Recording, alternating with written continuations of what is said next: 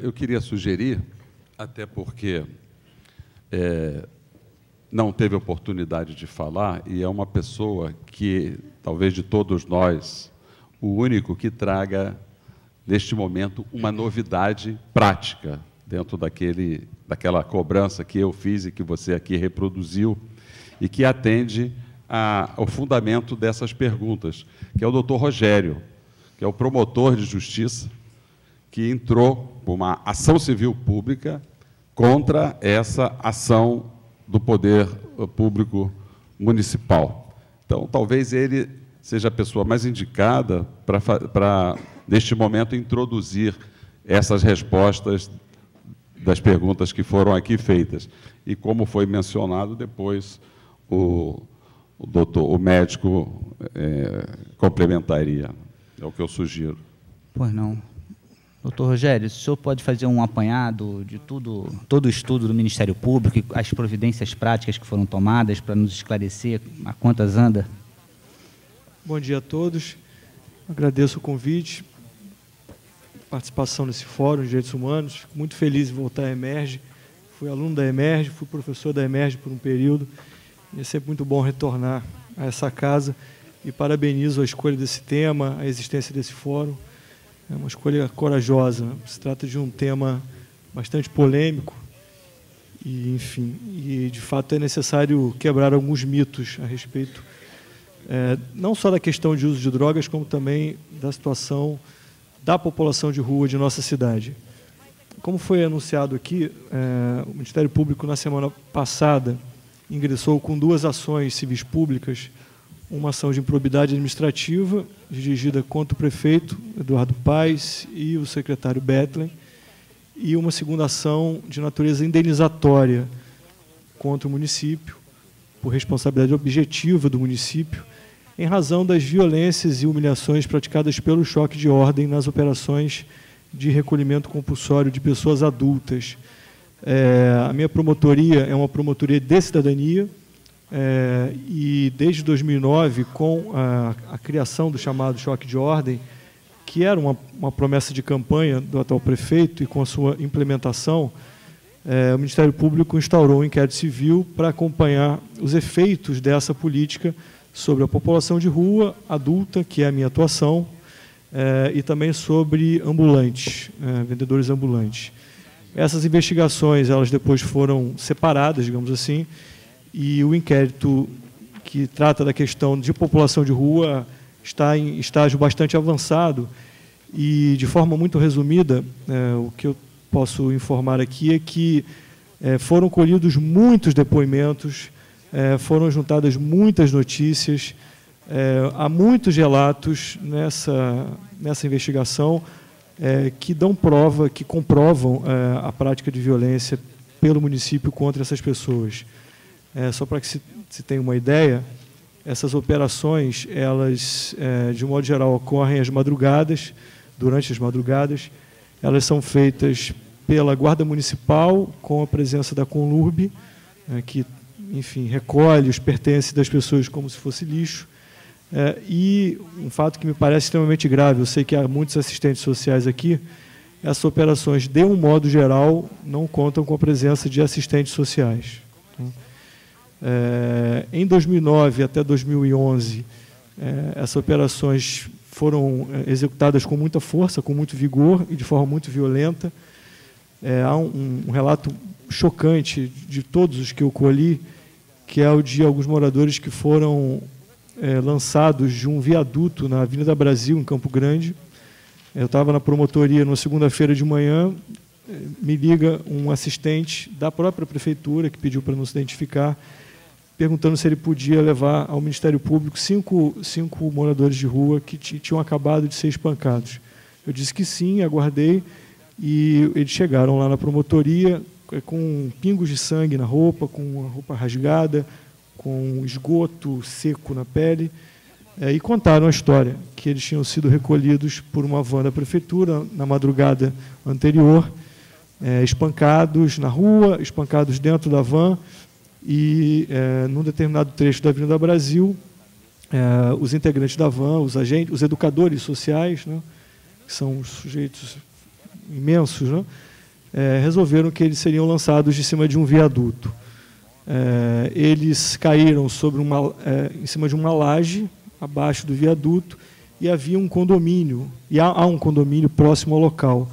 Conseguiram pedir socorro, um morador do condomínio chamou o SAMU, e foram levados para o Hospital Municipal de Campo Grande. Um deles ficou, inclusive, internado. E, no dia seguinte, educadores sociais da Prefeitura, a mando da Secretaria de Assistência Social, à época chefiada pelo secretário Betlin, foram ao hospital para tentar identificar essa pessoa. Enfim, a assistente social teve muita presença de espírito naquele momento. Esse rapaz já estava com alta dada, e ele disse para a assistente: olha, aquele ali foi um dos que me agrediu, e ela conseguiu mantê-lo ali um certo anonimato. Então, esse foi um relato dos mais chocantes. Eu ouvi muitas histórias em muitas reuniões e fóruns. Eu participo das reuniões de uma comissão especial que se reúne na Câmara Municipal uma vez por mês. Já houve 2 audiências públicas também sobre esse assunto, então a gente ouve muitas histórias, mas esses relatos foram especialmente chocantes para mim, porque eu vi a situação daquelas pessoas que tinham acabado de enfrentar aquela situação de violência.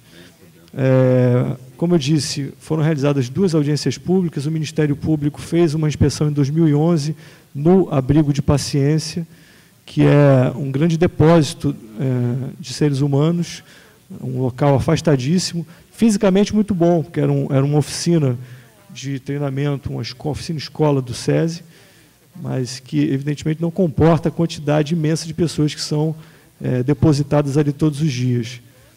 Só para que você tenha uma ideia, por dia, e eu me sirvo aqui de informações do próprio município, entre 50 a 100 pessoas chegam àquele abrigo através das operações de choque de ordem. Em 2011, havia 230 abrigados, e as condições eram péssimas. Um local insalubre, as pessoas dormiam em cima de colchonetes, amontoadas, sem nenhum tipo de atividade, sem nenhum programa de educação e renda, requalificação profissional, etc., etc. Um puro e simples depósito. Com tanto material já colhido, com tantas informações, e com uma filmagem dessa inspeção, a filmagem é chocante, é impressionante. Nós levamos tudo isso ao prefeito, numa reunião com outros colegas de outras áreas, mostramos o vídeo, enfim, relatamos toda a situação, e, após longas negociações, foi firmado um termo de ajustamento de conduta com o Ministério Público. O termo de ajustamento de conduta é um compromisso formal previsto em lei, e, por intermédio desse TAC, né, como nós costumamos chamar, o município assumiu diversas obrigações com relação à população adulta em situação de rua.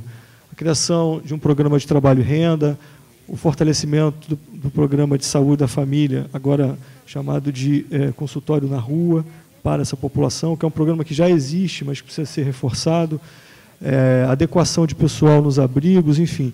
E, especificamente, quanto às abordagens, às operações feitas pela Prefeitura, foi ali assumido o compromisso expresso de que não seria realizado nenhum tipo de recolhimento compulsório dessas pessoas, e de que todas as operações seriam feitas por assistentes sociais, com respeito à dignidade, com respeito aos pertences, aos objetos, aos documentos dessas pessoas. Aliás, esse é um problema grave. Nessas operações, muitas vezes, os documentos são destruídos, e, por conta disso, essas pessoas não podem sequer se habilitar a algum tipo de programa social. Isso é extremamente cruel, né? E muitos são os relatos dessa prática. Enfim, através desse documento, então, o município assumiu todas essas obrigações. Lamentavelmente, muito embora a partir de maio de 2012, quando o documento foi assinado, de fato nós percebemos que a violência arrefeceu de certa forma, enfim, os relatos eram de que a situação tinha de alguma forma melhorado, mas, lamentavelmente, na virada do ano passado para esse ano, e não é um momento qualquer, é um momento próximo aos 2 grandes eventos de teste que nossa cidade terá, né, receberá, que são a Copa das Confederações e a vinda do Papa, né, um novo Papa. Enfim, então, nesse momento, nós percebemos que o TAC estava sendo olimpicamente descumprido. Fizemos uma nova inspeção, uma segunda inspeção no abrigo de Paciência, em 20 de março, no mês passado, e constatamos o que já nos era relatado. Várias pessoas corajosamente, vários abrigados corajosamente concordaram em assinar uma declaração que nós levamos ali, nós preparamos, dizendo que tinham sido levados ali contra sua vontade, relataram as mais diversas violências nas operações dentro do abrigo. É um abrigo que faz fronteira com uma comunidade onde há uma atuação forte do tráfico, e há uma venda livre de drogas. A imprensa já mostrou isso, né, mais de uma vez, né? E tudo isso nós constatamos ali em loco, e essas pessoas corajosamente assinaram esses documentos, né? Até, enfim, depois fiquei pensando se, de alguma forma, não teria colocado essas pessoas em risco, mas era necessário demonstrar isso, né, porque a ideia já era, de fato, propor ações como nós acabamos fazendo. Só para que vocês tenham uma visão do que acontece lá. Em 2011, na primeira inspeção que fizemos, havia 230 abrigados, a situação já era caótica. Agora, em março agora, dia 20, havia 430 abrigados. Então, de 230, o número saltou para 430, quase dobrou, o que não é, repito, uma coincidência. E, a partir de informações do próprio abrigo, que estão reproduzidas nas duas ações, os números também são muito chocantes, os números globais, né? De maio de 2010, data em que o abrigo foi inaugurado, a setembro de 2012, maio de 2010 a setembro de 2012, esse abrigo de Paciência registrou nada menos do que 56 mil ingressos. 56 mil ingressos, né? Uma média aí de 50 a 100 pessoas por dia, talvez mais, enfim. Esse dado, que, repito, é um dado da própria prefeitura, nos ajuda a quebrar um mito, né, de que o recolhimento compulsório ele se dirige apenas a usuários de drogas e, em especial, a usuários de crack. Fosse assim, ele já seria uma política equivocada. Mas vamos aqui tentar estabelecer um raciocínio em conjunto. O município do Rio de Janeiro, eu trabalho apenas com informações da própria prefeitura, não são dados do Ministério Público nem de ninguém, são dados do município. A cidade do Rio de Janeiro possui algo em torno de 6.300 moradores de rua, pessoas em situação de rua, 6.300. De acordo com a prefeitura, desses 602 pessoas, 600 pessoas, mais ou menos, estariam numa situação mais crítica, digamos assim, de uso de droga ou de álcool, mas em especial de uso de droga e em especial do uso de crack. Então, menos de 10%. Né? Se a ser verdadeira a afirmação do prefeito, do seu secretário Bethlen, enfim, da prefeitura, de que esse recolhimento é um recolhimento para salvar os usuários de crack, né? Um recolhimento que se faz em respeito à dignidade dessas pessoas, e a imaginar que seja verdadeira, que então essas operações se dirijam apenas contra essas pessoas, cada usuário teria ingressado nesse abrigo, no período, mais de 90 vezes. Mais de 90 vezes. O que, qualquer que seja a perspectiva que se adote, é um absurdo. Seja na perspectiva da defesa dos direitos humanos, claro, né, porque ninguém pode assentar voluntariamente ser conduzido para o mesmo local 93 vezes, 95 vezes, 100 vezes, seja na perspectiva daqueles que querem uma solução para o problema dos mendigos. Né. Aqui há uma curiosa convergência. Né. Mesmo que nós não sejamos, ou não nos alinhemos junto àqueles que defendem os direitos humanos, né, ou seja, mesmo que nós sejamos os representantes dos interesses de associações de moradores, né, eu fiz até uma comparação irônica, mesmo que nós representemos as senhorinhas de Copacabana, que todos os dias de manhã, quando saem às ruas, querem que aquele mendigo saia da vista dela, né? Então, qualquer que seja a perspectiva de direitos humanos ou a perspectiva mais pragmática, utilitarista, de solução do problema dos mendigos, essa política do município não atende a ninguém. Não atende à perspectiva dos direitos humanos, que é a nossa, que é a do Ministério Público, evidentemente, e não atende também à visão mais superficial, mais simplória das pessoas que, enfim, querem que os mendigos saiam, os mendigos, entre aspas, eu uso aqui a expressão que é utilizada geralmente por essas pessoas, querem que esses mendigos sejam retirados das ruas, né? E, inclusive, tenho certeza de que essas pessoas não têm conhecimento das violências, das humilhações, de tudo isso que acontece com essa população, né?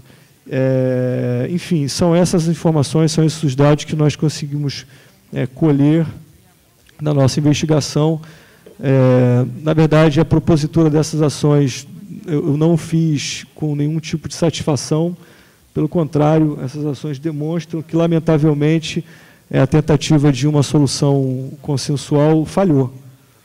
Todos os nossos esforços para que, de fato, essa política se orientasse na linha dos direitos humanos, da dignidade humana, enfim, esses esforços não foram suficientes, mas chegamos a uma situação intolerável, chegamos a uma situação crítica de violência. Hoje pela manhã eu vi uma notícia na TV de que recentemente mais de 30 moradores de rua foram assassinados em Goiânia. Nós ainda não vivemos essa situação no Rio de Janeiro, que bom, mas é preciso estar com os olhos abertos para que não cheguemos a esse ponto, né? A nossa cidade é a vitrine, todos os olhos do mundo estão voltados para cá, mas é preciso também demonstrar o que vem acontecendo com essas pessoas. Então, são essas informações que eu posso trazer aqui, de modo a contribuir com esse informe. Obrigado. Obrigado, doutor Rogério.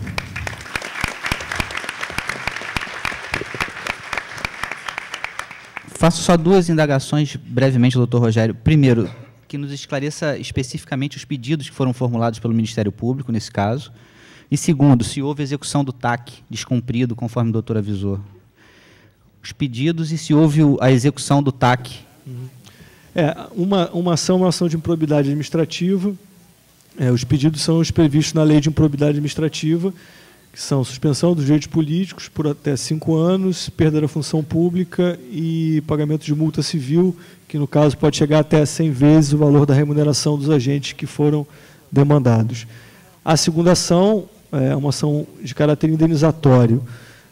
Nós sustentamos a ocorrência de danos individuais homogêneos, para todos aqueles que foram recolhidos compulsoriamente, levados para esses abrigos. Pedimos uma indenização no valor mínimo de R$50 mil, a partir de alguns precedentes. Não há precedentes que se apliquem exatamente a essa situação, pelo menos eu não os encontrei, mas encontrei algumas decisões do Superior Tribunal de Justiça em casos semelhantes de detenções ilegais, enfim, e a partir desses precedentes, esse pedido foi formulado. A execução do TAC é o próximo passo. Eu ainda aguardo alguns documentos do Centro Nacional de Defesa dos Direitos de População de Rua. Essas declarações, esses formulários, eles também estão de posse desse centro e muitas pessoas também já vêm assinando essa declaração de que foram removidas compulsoriamente. Então, eu aguardo ainda essa documentação e pretendo mover as ações de execução, execução de obrigação de fazer e não fazer, e também a execução quanto à multa prevista no TAC, para cada hipótese, para cada morador recolhido de forma compulsória.